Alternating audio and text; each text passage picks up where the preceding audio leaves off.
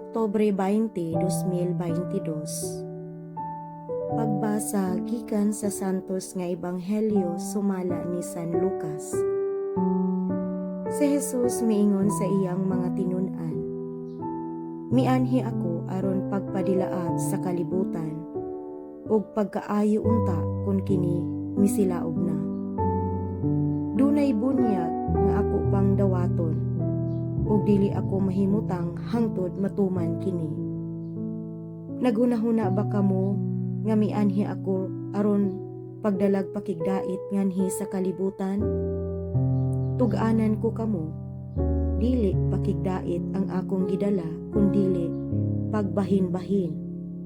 Sukad karon ang usa ka panimalay nga may 5 ka sakop mabahin, 3 batok 2 ug 2 batok 3. Ang amahan makigbatok sa iyang mga anak nga lalaki, ug ang mga anak lalaki makigbatok sa ilang amahan.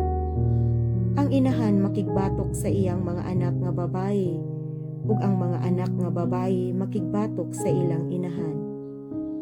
Ang ugangang babayi makigbatok sa iyang mga binalay, ug ang mga binalay makigbatok sa ilang ugangang babayi."